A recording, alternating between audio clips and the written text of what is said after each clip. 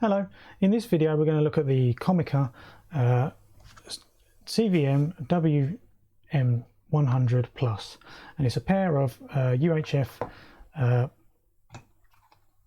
transmitters.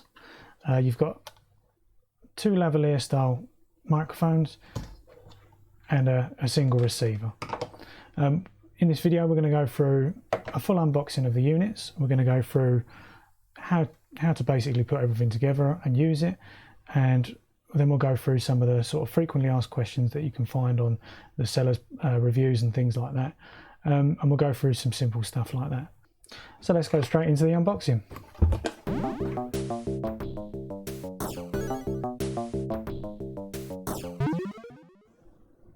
So as you can see, you get inside the box, you get this nice canvas bag which holds everything you need. So opening up the top compartment, we have a 3.5 to XLR cable, so if you've got some professional equipment, that's what you would use. Next we have the 3.5 to 3.5 with a screw type head. You'll see a lot of this. We've got a USB micro. This is for charging each of the units or for using as power.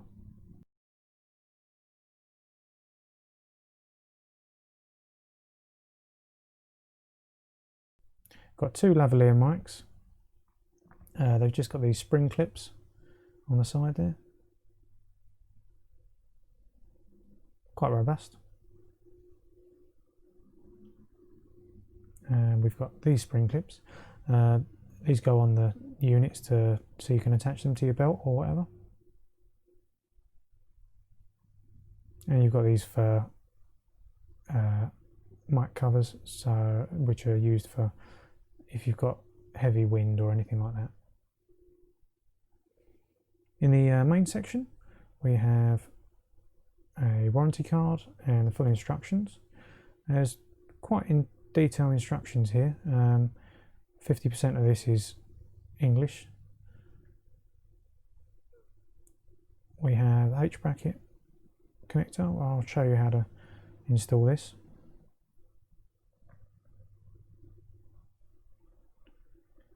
We have the two senders, so they're the TXs, and as you can see, you've got a line in and a mic.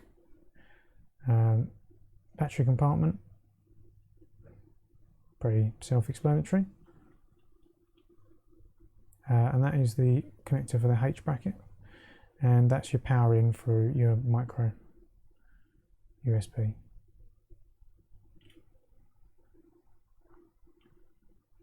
And this is your RX or receiver.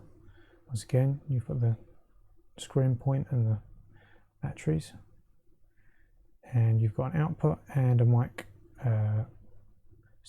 Yeah,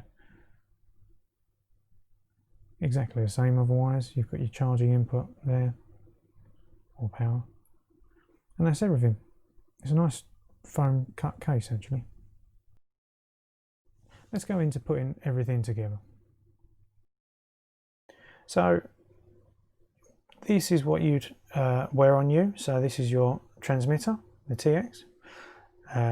So basic setup is there's a small hole in the side there, and we fit this metal bracket into it. If I can manage to get in the hole. And then you just spring the other side in. It's exactly the same. And that gives you a bracket so you can clip it on your jeans or whatever, or over your belt. Next, you've got your 3.5 microphone, and it just fits in, and then that screw clamps it in place, which stops it being able to fall apart while you're recording. Obviously, you've got I've got some rechargeable batteries in there.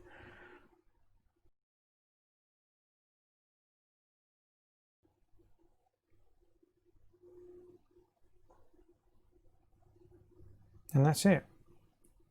It's ready to go. So if I bring in the RX or the receiver, we just switch them on, And you can see the B channel light is lit, showing that that is connected.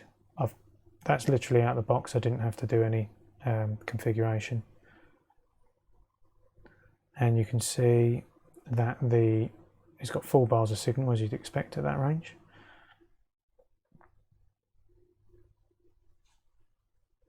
And that is all there is to it. Okay, so to install the H bracket, we can just screw the adapter into the back of the receiver in this case, or you could use the TX if you wanted to fit that to something, and use the thumb screw to lock it up. Then we just go to the output with 3.5, and it just slots in like any normal H bracket. And once again, using the thumb turn screw to lock it down together. You can adjust it as you need to.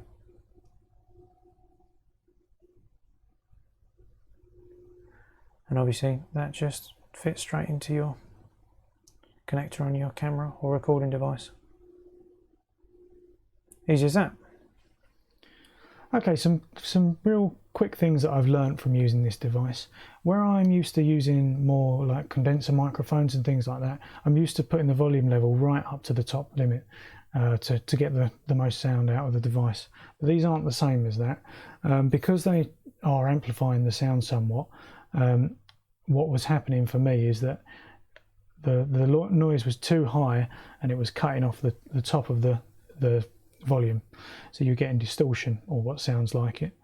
So what I actually had to do was, the volume goes up to 15, I think, by default. I think it's about 11 or 12, but I brought it down right down to 5. So if you're getting distortion or anything like that, drop the volume down. That'll probably help you. And then you'll get a much clearer sound like you can hear now. So I wanted to just take a moment to talk about the range of these devices. So it says it works up to 100 meters. I don't know if that's true. I haven't been able to test that at the moment, obviously. Going outside is a bit of a thing. But inside my house, I've gone to the furthest points, which is probably about 25 to 30 meters away, and it drops 2 bars on the signal, so it says on there, and I find no noise deviation whatsoever. So that's with 2 or 3 walls in between and a flight of stairs. There's a decent bit of range. So distance from a camera, I don't see you're going to have any trouble with it at all. Okay, so some of the questions on Amazon we found is that people ask whether it works with other devices. So for starters, I'm going to try this. I've just got a standard shotgun microphone, a 3.5mm jack. So excuse me while I unplug the microphone that I'm using at the moment, which is the Lavalier one. I'm going to unclip.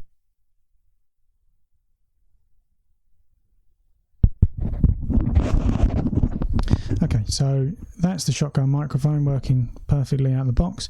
Now, Comica don't obviously suggest you use anything but their own microphones because that's all it's rated for, but it will work.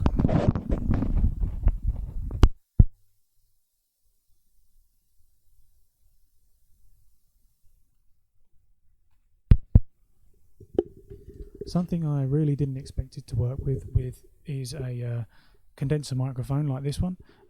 So this is a XLR cable, so normally you'd have a phantom power supply on this. I'm really surprised this works. It definitely shouldn't, but it does. So it may work for you, it may not. So going back to the normal microphone, another thing that people say about is that they are quite large, the microphones. So yeah, you're not wrong, they are quite large. If you're an audiophile, you're going to want the best sound, and yeah, you're going to have to look like that, unfortunately. But personally, if I wasn't recording this to show you it, what I would do is, first of all, I would take off the foam cap. So you've got the exposed end, and then I would place that underneath the clothes. So you've still got some foam between you and it. Yeah, and you can obviously hide the cables underneath your clothes. You've just got that top bit there that you could hide wherever you like, to be honest. I'll just stop the film here and then I'll just switch over to show you the sound difference. Okay, so I've just switched over the microphones. You could obviously do a bit more to hide this, but yeah, they sound pretty much exactly the same. No doubt you get a slightly better sound if it was on show, but that's probably how I would wear it, to be honest. So all in all, what do we think of the unit? Well, I think it's pretty good for the value. I mean, it is plastic construction, but to be honest, that's perfect for me. It makes it lightweight. I mean, you drop it, it's still not going to break. It's pretty robust. It fits quite well in the pocket as well. There is a metal version of these, but they obviously are more expensive. The other good feature that you can do with it is if you use two, you can set them up as a stereo sound. So if you put a mic in each one, then you can have your stereo sound for recording, which is quite a nice little handy feature. And the fact that you can use other microphones with it is always going to be a plus. Hopefully that's covered all your questions on these. If you have any more questions, make sure you stick a comment below and I'll try and answer as much as I can. And if I need to do an extra video on it, I will. So hopefully you've enjoyed this video. Make sure you like and subscribe, and we'll obviously be doing more videos like this in the future, so stick around.